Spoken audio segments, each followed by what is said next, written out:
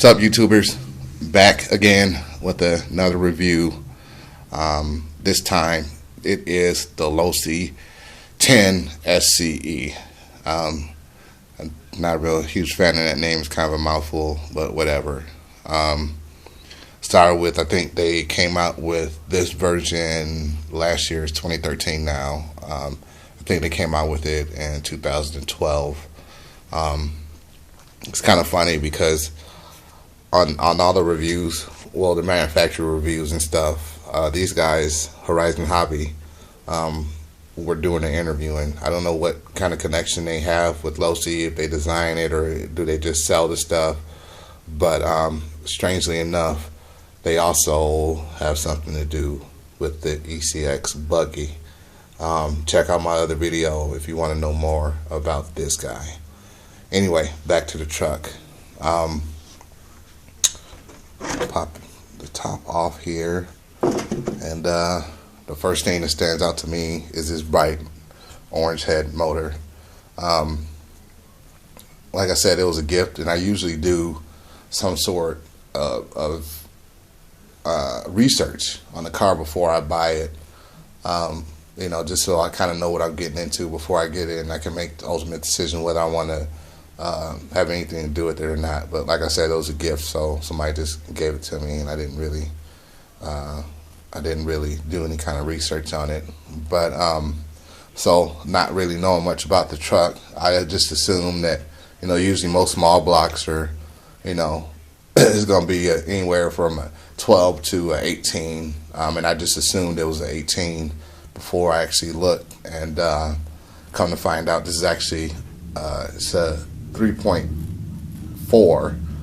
That's what they call it, but for us normal people, it's a 0.20 block. This is the biggest small block before you get into the big blocks. To be considered a big block, it has to be a 0.21 or over. So it's a little big block. Anyway, a little bit about, well, what I'm going to start off with is the Losi RAW system, the remote automatic start.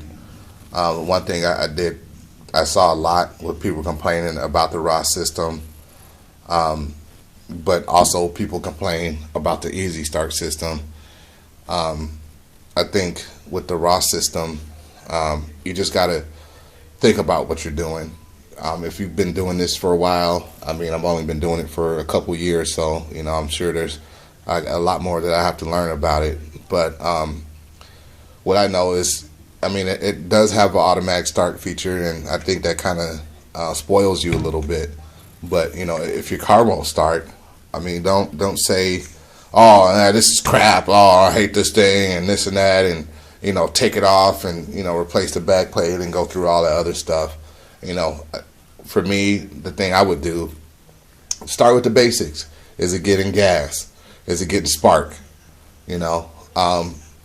Do you got your carburetor settings? Is it tuned right or wrong, I should say, or is the engine flooded? I mean, there's so many reasons why a car wouldn't start normally. So if your truck doesn't start, don't blame the system. Just do a little bit of take a step back and see what you're working with and kind of go from there, and it'll save you a lot of headaches. Anyway, so like I said, people have a love-hate relationship with it, but I think it's a fantastic system to be able to, from your remote, to be able to just push a button and have this thing at least turn over. No glow plug, no starter to carry around, no starter box, none of that other stuff. To push a button, that's freaking awesome. When you go out somewhere, only thing you really need is gas. At least for this one, and I think that's pretty sweet. Another thing I saw people complaining about, and saying that the truck was junk because of this, was the plastic spur gear. I'm not a huge fan of plastic spur gears, but I mean, they put them in here for a reason. These people aren't stupid. I mean, they design these things. They don't just throw a bunch of parts together. So it's in there for a reason, or it's like that for a reason, I should say. But like I said, I read a lot of people saying that it was junk because their spur gears kept stripping out. And some people were saying, well, my first run, I stripped out my spur gear and all this and that. And I mean, I don't know if these people were new to the hobby or not, but most of the time when you get a new car, the first thing you're supposed to do is check all the bolts. The ones that are making metal contact, take them out, put Loctite in them, and put them back in there. That'll save you a lot of headache. Another thing too, if you're taking 5-6 foot jumps, and over and over and over again, or you're just bashing the hell out of the car, and you put it up and don't do any kind of maintenance on it, and you take it out again and it strips the spur gear, well, common sense would tell you more than likely the motor backed out. Because you can strip your spur gear from having the mesh too tight. You can strip your spur gear for having it too loose.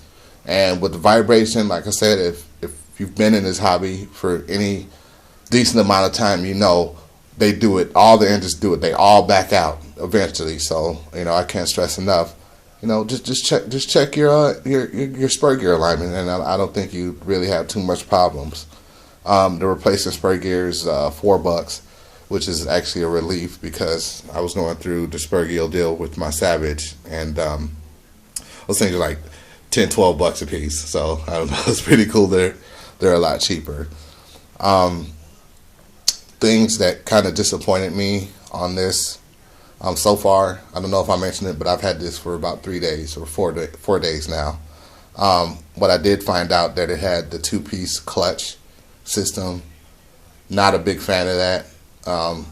This being a high-end car, I just assume, or higher-end car, I should say, I just assume that it'd have the 3-shoe clutch. All my other cars have them. I don't know about my Nitro Sport, but I know the other ones I have, they all have clutches. I know because I replaced them all. Anyway, so definitely gonna replace that with the 3-shoe clutch before I race it.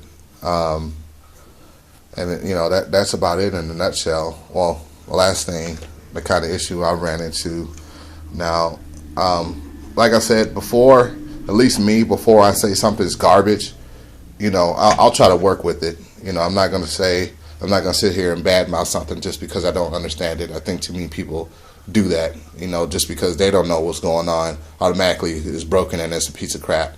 That's not always the case, One thing I've learned from this hobby is just to keep an open mind, and look stuff up. That's all before you call it junk. Anyway, saying that, I'm actually having a little bit of problem with the range on my radio system. I'm getting, 8-10 feet out of it, and it's cutting off. It's going into safe mode.